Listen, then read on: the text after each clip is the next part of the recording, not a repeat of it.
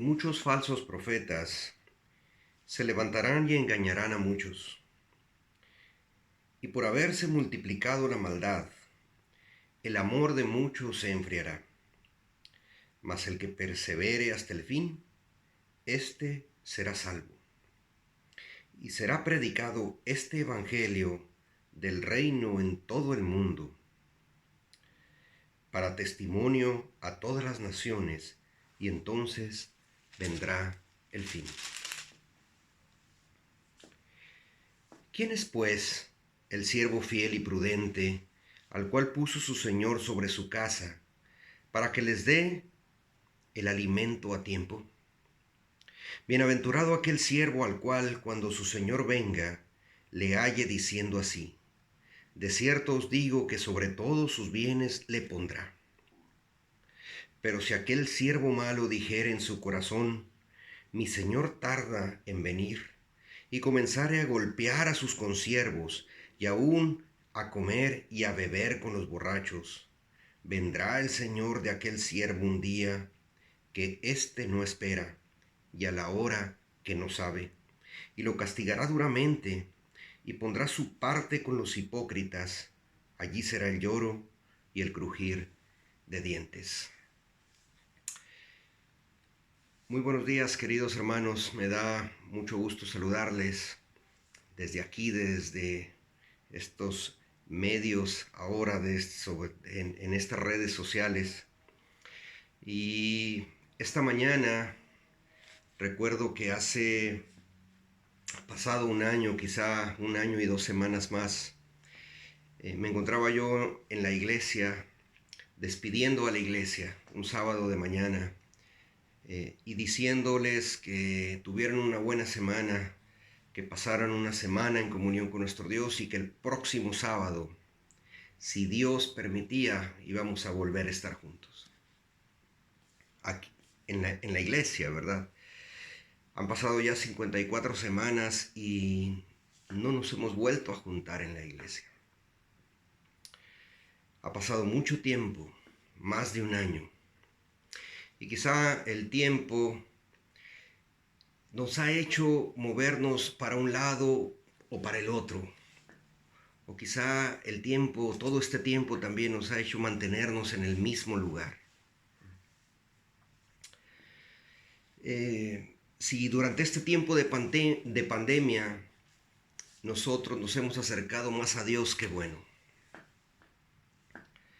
Si durante este tiempo de pandemia hemos sentido que nos hemos alejado de Dios, creo que es el momento oportuno y el momento más adecuado para volver a Él.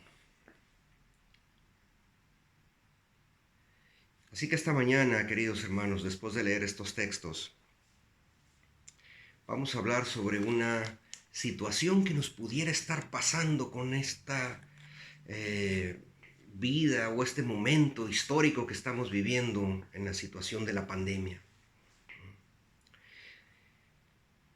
Muchos de ustedes han oído hablar sobre la situación de lo que se le denomina criogénico. Y hoy hablaremos algo de eso, de los cristianos criogénicos. Es algo interesante. Y para poner un poquito en contexto esta parte, quiero decirles, hermanos, que criónica o criogenia es el proceso de conservación a bajas temperaturas de humanos y animales que no pueden mantenerse vivos por la medicina actual. Como no pueden mantenerse vivos, ellos quieren entrar en ese proceso con la esperanza de que la cura y la reanimación se logren en el futuro. El término es una traducción del inglés cryonics, así es, pero realmente su origen es derivado de la palabra griega krios, que significa congelado. Y se supone que las personas crioconservadas podrán un día ser recuperadas usando la tecnología altamente avanzada del futuro. Uno de ellos, un personaje famoso que está en esta situación de la crioconservación, es Walt Disney. Y murió, bueno, sí murió y entró a esta situación de la crioconservación y está esperando que algún día la ciencia avance de tal manera. Bueno, la gente que cercana a él está esperando para volverlo a revivir, ¿verdad?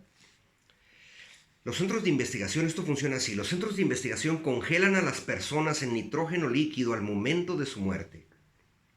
Como el cuerpo está constituido por células vivas frágiles, el congelamiento debe hacerse dentro de algunos segundos después de que el cuerpo humano cae en estado de mortandad para poder producir un estado de conservación celular. Una vez hecho el proceso, el cuerpo puede mantenerse congelado indefinidamente. Las personas eligen quedar congeladas porque creen, como decíamos al principio, que cuando la ciencia médica encuentre una cura para la enfermedad,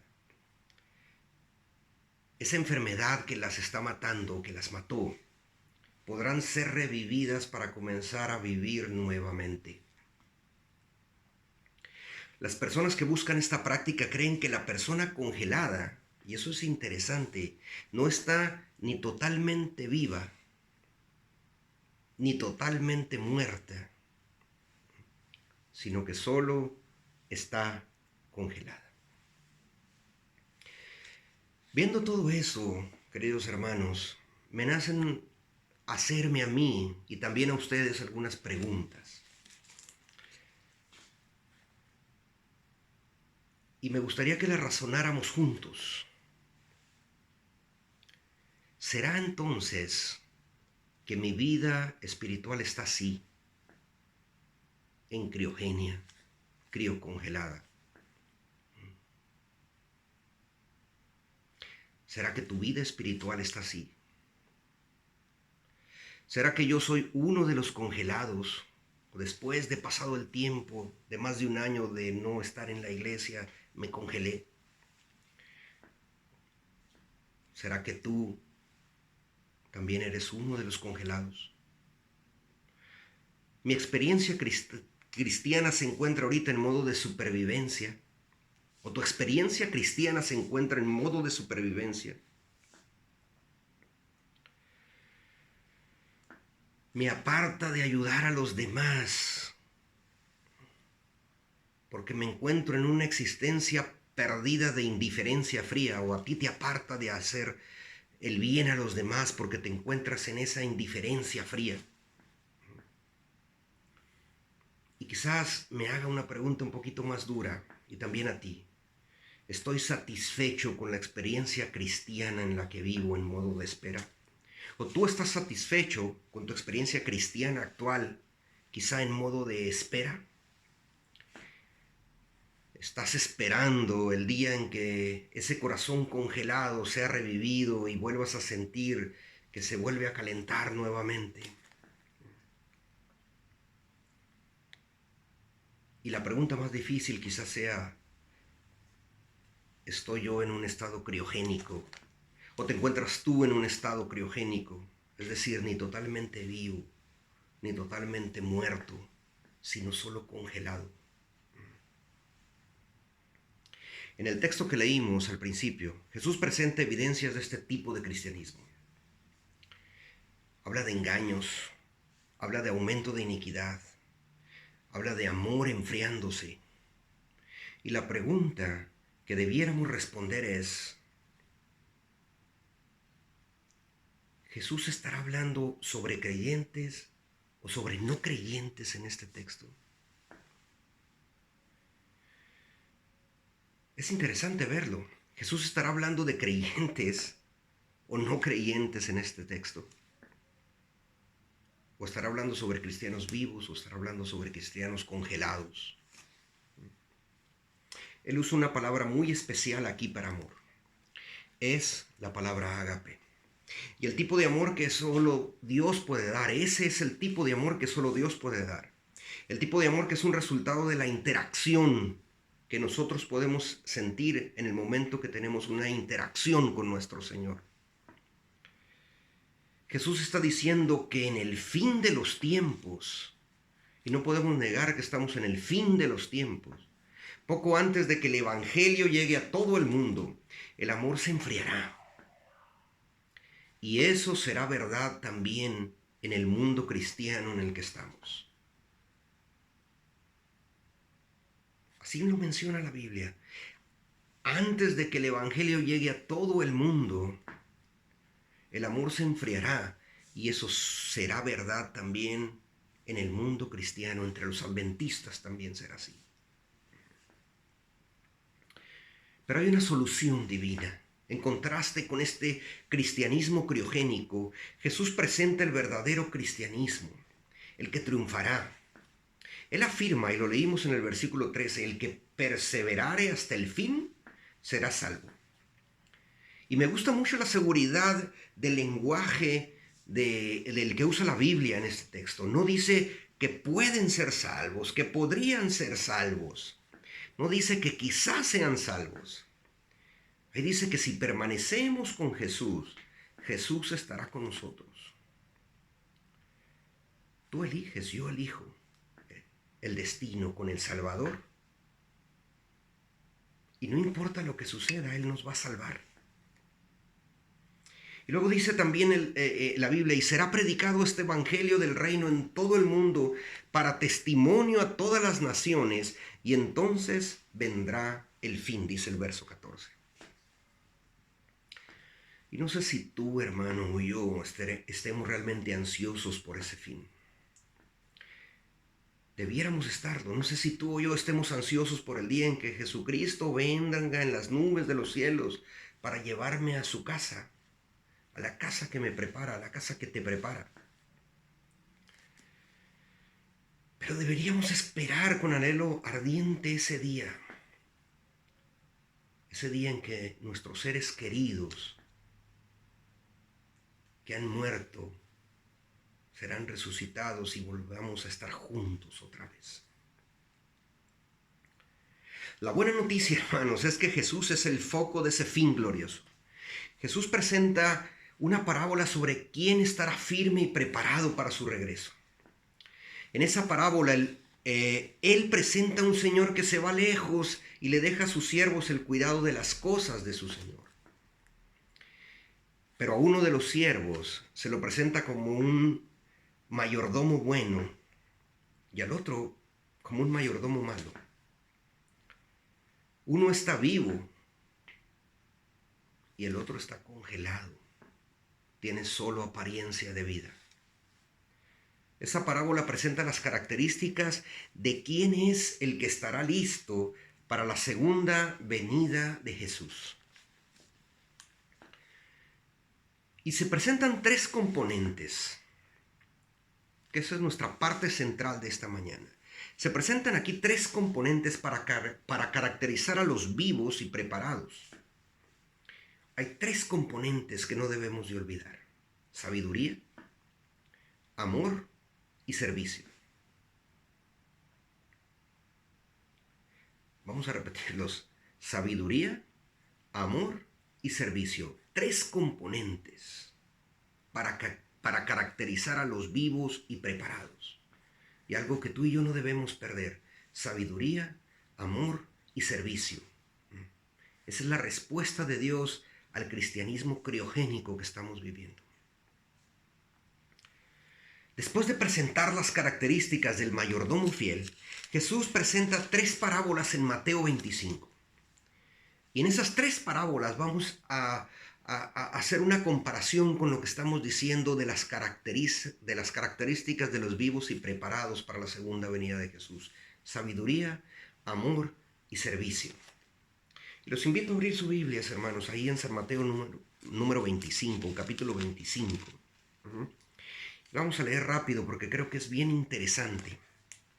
Empiezo con el versículo 1 y voy hasta el verso 13. Dice lo siguiente: Entonces el reino de los cielos será semejante a 10 vírgenes que tomando sus lámparas salieron a recibir al esposo.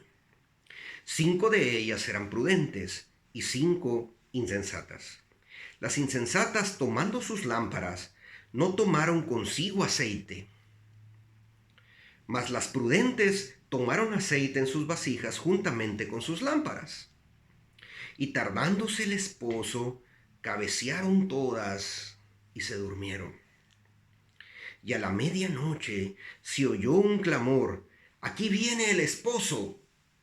Se oyó un grito que decía: ¡Aquí viene el esposo! Salid a recibirle. Entonces todas aquellas vírgenes se levantaron y arreglaron sus lámparas. Y las insensatas dijeron a las prudentes: Dadnos de vuestro aceite, porque nuestras lámparas se apagan. Mas las prudentes respondieron diciendo: Para que no nos falte a nosotras, las prudentes, a nosotras, y a vosotras, las insensatas, ¿sí? Id más bien a los que venden aceite y comprad para vosotras mismas. Pero mientras ellas iban a comprar, vino el esposo, llegó. Y las que estaban preparadas entraron con él a las bodas y se cerró la puerta. Después vinieron también las otras vírgenes diciendo: Señor, Señor, y tocaron la puerta: ábrenos. Mas él respondiendo dijo: de cierto os digo que no os conozco. Velad pues, porque no sabéis el día ni la hora en que el Hijo del Hombre ha de venir. La parábola de las 10 vírgenes, hermanos, nos enseña que la sabiduría de Dios, vamos a hablar del primer componente, sabiduría. Sabiduría, amor y servicio, recuerden. Primer componente, sabiduría. Nos enseña que la sabiduría de Dios, esta parábola, se da solo por la habitación del Espíritu Santo en nosotros. Solo una cosa separó a las vírgenes prudentes de las insensatas. Las sabias eligieron llenar sus lámparas con aceite y pudieron entrar al banquete del casamiento. Las insensatas eligieron ignorar el aceite y no lograron entrar a las bodas. Y si tú y yo queremos estar listos para enfrentar la oscuridad de la noche, la oscuridad de la hora final de la tierra antes de la gran reunión que Jesús tiene para nosotros, necesitamos del aceite del Espíritu Santo en nuestras lámparas. Porque sin ese aceite del Espíritu Santo, nuestras luces se apagarán, a menos que la presencia de Dios esté en nuestros corazones. El aceite simboliza, hermanos, el Espíritu Santo cuando aceptamos la palabra de Dios. Y no es por la fuerza, no es por el poder, no es por la educación que tengamos, no es por el talento natural que tengamos. Es a través de la viva y dinámica palabra de Dios que nuestras almas que están muertas o en estado criogénico pueden volver a vivir. Solo podemos encontrar el Espíritu Santo cuando encontramos a Jesús en la Biblia. Segunda característica, amor. La parábola de los talentos enfoca la importancia de amar a Dios de manera activa. Y sigo leyendo el capítulo 25. Voy a leerlo y dice lo siguiente. Porque el reino de los cielos, verso 14, es como un hombre que yéndose lejos, llamó a sus siervos y les entregó sus bienes. A uno dio 5 talentos y a otro 2 y a otro 1, a cada uno conforme a su capacidad. Ahí nos damos cuenta, no todos tenemos los mismos talentos, algunos tenemos 1 nada más, otros 2, otros 3, otros 5, otros 10. Pero Dios nos da de acuerdo a nuestra capacidad, pero por lo menos tenemos un talento. Y el que había recibido 5 talentos fue y negoció con ellos y ganó otros 5 talentos. Asimismo, el que había recibido 2 ganó también otros 2. Pero el que había recibido 1 fue y cavó en la tierra y escondió el dinero de su señor.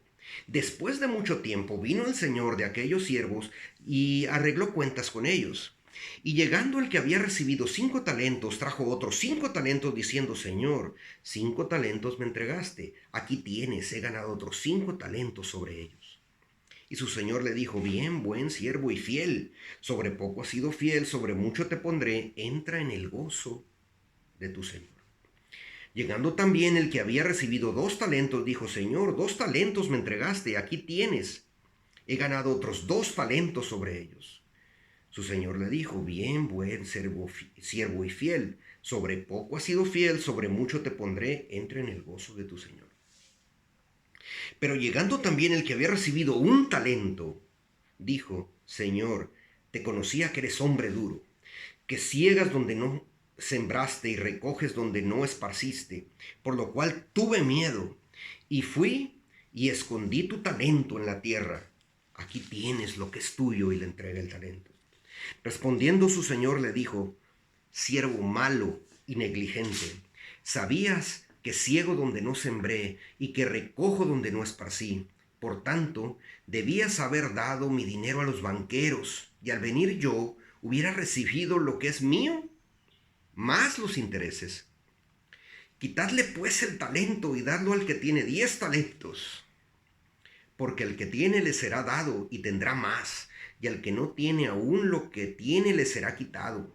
Y el siervo inútil, echadle en las tinieblas de afuera, ahí será el lloro y el crujir de dientes. Un jefe de familia confió sus pertenencias a sus 3 siervos. A un siervo le dio 5 talentos, a otro 2 y al otro le dio 1 talento. Cuando el maestro volvió, elogió al hombre con 5 talentos y también elogió al hombre con 2. Lo acabamos de leer. Pero el foco de esta parábola, hermanos, está en la persona con 1 talento. Para que el Evangelio llegue a todo el mundo, para que nuestra iglesia pueda prosperar, para que Jesucristo sea sentido en nuestro medio, la persona con 1 talento es fundamental. Esa persona con 1 talento es vital para la causa de Dios. La persona con el talento que parece sin importancia, con 1 talento, no con 10, no con 20.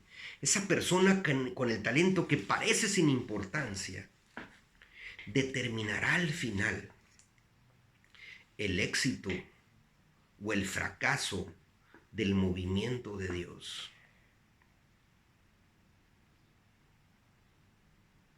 Esas personas con 1 talento son como tú, como ustedes, como yo, personas de 1 talento, de los cuales Dios depende para terminar su obra.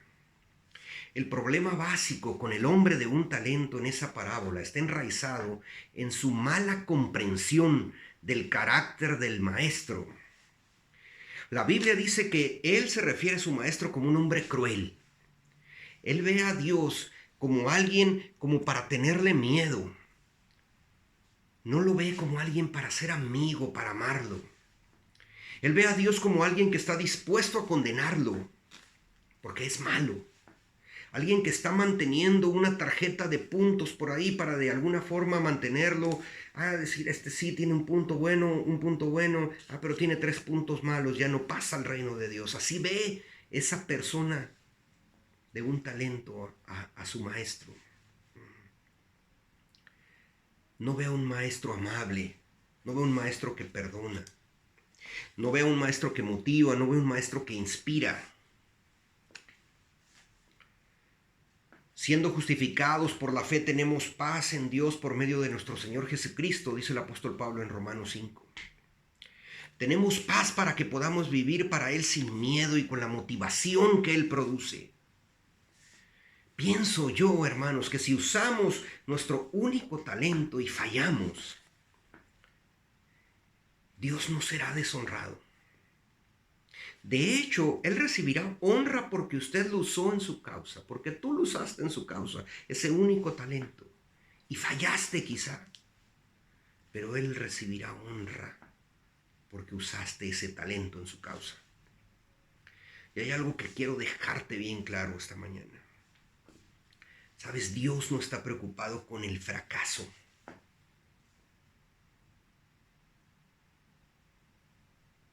Lo que está preocupado es con la incapacidad de usar, de no usar lo que nos dio. Recuerda esto, Él Dios no está tan preocupado con el fracaso como con la incapacidad de usar lo que te dio, lo que me dio. No está preocupado por eso. El hombre de 5 talentos fue, buscó e invirtió y consiguió otros 5 talentos. Pero lo que nos dice aquí es que ese hombre de 5 talentos arriesgó. Ese hombre de 5 talentos no fue y los escondió y le iba a devolver sus 5 talentos al Señor. Porque los iba a guardar y ahí los tiene guardaditos. Arriesgó.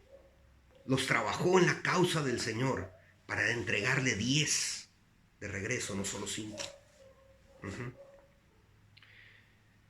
Él no está tan preocupado con el fracaso como la capacidad de usar. Si ese hombre de 5 talentos hubiera perdido 3 y se hubiera quedado con 2, su Señor hubiera estado contento porque lo usó en su causa y arriesgó.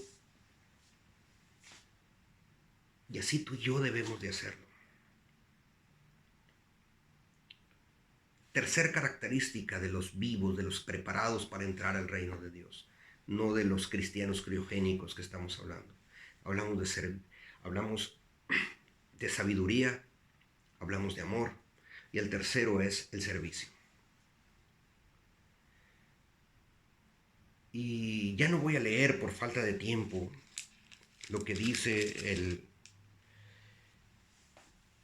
del verso 31 al verso 46 del capítulo 25. Habla sobre otra parábola, la parábola de las ovejas y los cabritos. Esta parábola ilustra la importancia del servicio altruista hacia los débiles, hacia los perdidos. Y hay muchos que desean algo significativo, algo que pueda resolver el problema del pecado, algo que pueda aliviar su vida de culpa, algo para nutrir su ser interior. Dios nos dio a Jesús, Dios nos dio al Salvador del mundo, Dios nos dio comida a nosotros para los que tienen hambre.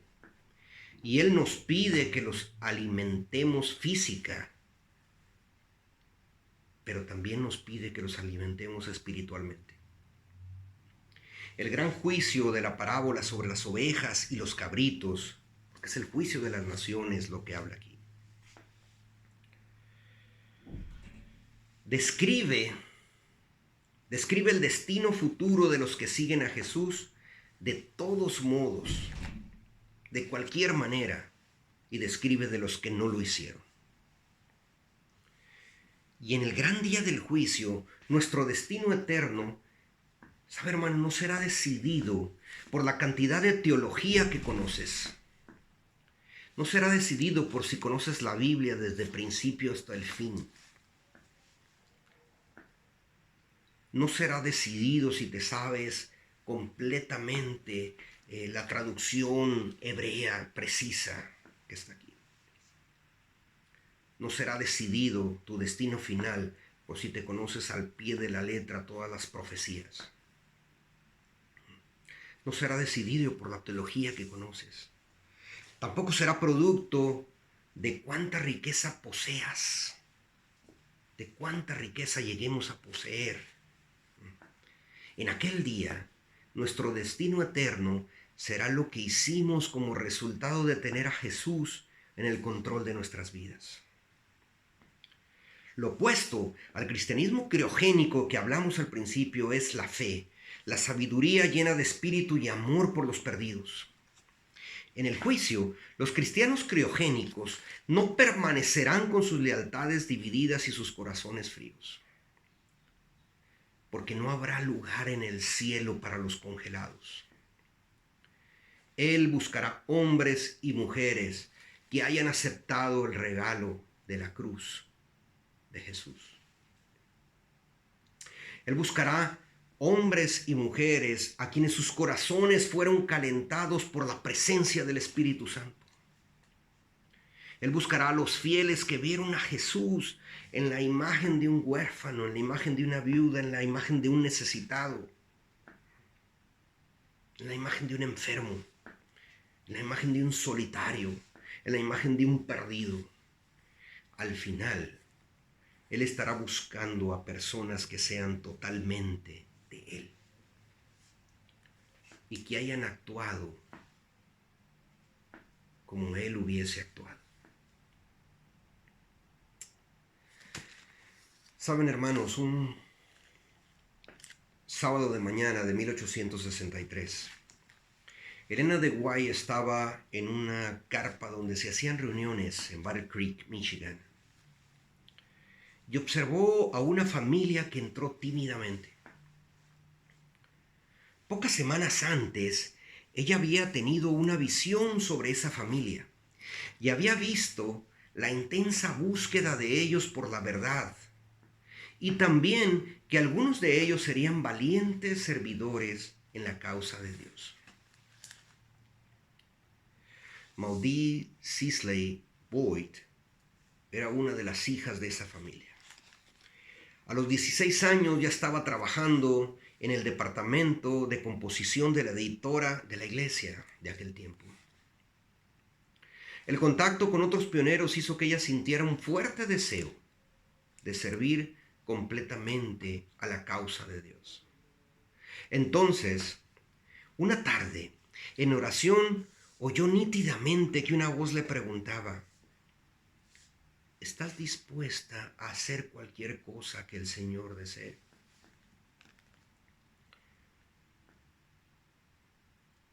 Con ese pensamiento, le vino la profunda impresión de que Dios le pediría algo que ella no deseaba hacer. Arrodillándose allí mismo, le sobrevino el pensamiento de que no había hecho una entrega tan completa como suponía. Le parecía no poder decir las palabras: sí, Señor, haré todo lo que me pidas. Maudie oró. Maudie también lloró, pero no sintió ningún alivio de la seguridad de condenación. Finalmente, cerca de la medianoche, ella confesó: Señor Jesús, yo te amo, sí que te amo, pero no puedo hacer una entrega completa con mis propias fuerzas. Sin embargo, Jesús, deseo que tú hagas eso por mí. Inmediatamente, ella tuvo una profunda paz. Y esa mañana, queridos hermanos, recibí una carta de la Asociación General que le invitaba a viajar a Suiza a fin de ayudar al pastor Andrews en la obra de publicaciones en Basilea. Ella estaba segura de que no hubiera aceptado la invitación si el ángel del Señor no lo hubiera visitado la noche anterior a través del sueño que tuvo. Para 1887, 24 años después de esa ocasión que se encontró por primera vez con la hermana White, ella formó parte del primer grupo de misioneros enviados por la iglesia al África y luego a varios otros lugares, a Europa, a Inglaterra, a otros continentes, a Australia. Y sabes, hermano, tal vez Dios está intentando hacerte un llamado a ti para que te entregues de forma completa. Tal vez Dios está intentando hacerme un llamado a mí para entregarme de forma completa. Sería bueno que tú y yo tomáramos esa actitud de Maudie, que pidiéramos a Dios en oración que nos ponga en el lugar que debemos estar, que nosotros solos no podemos hacerlo, que sin Él no podemos hacerlo.